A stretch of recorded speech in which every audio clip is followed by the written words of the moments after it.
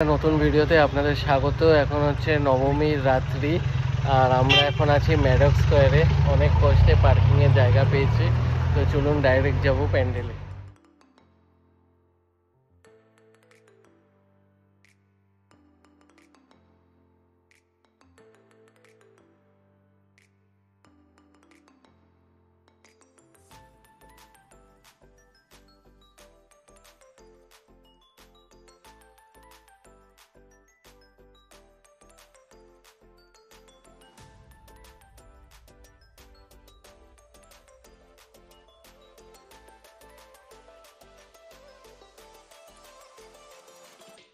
লোকের ভিড় কিন্তু, আর এখানে হালকা বৃষ্টিও শুরু হয়ে গেছে। আর এখানে লাইটিংটাও কিন্তু বেশ ভালো করেছে। তো ভিডিওটা ভালো লাগলে ভিডিওটা লাইক করবেন, শেয়ার করবেন, চ্যানেলটা সাবস্ক্রাইব করে দেবেন। আবার দেখা হবে নতুন ভিডিওতে।